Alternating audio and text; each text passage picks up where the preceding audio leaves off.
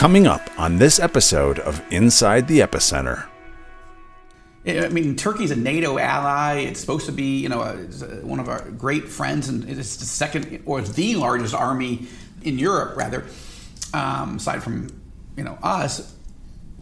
But he imposed sanctions, economic sanctions that began to affect the currency and the markets in Turkey. That was a pretty dramatic move, because to impose sanctions on an ally was a big deal.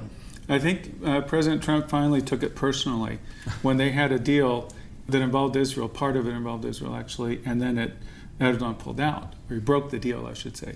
And this finally, there had been a number of things like that, but I think President Trump began to take it personally. He likes to make deals, and if you break it, he's not a happy camper. And the sanctions imposed were actually not very heavy sanctions at all, but I think that people reacted to this, investors did, and they pulled out, so that the currency collapsed and the stock market lost $40 billion just overnight. And The Economist magazine actually said Andrew Brunson may be the most expensive prisoner in the world.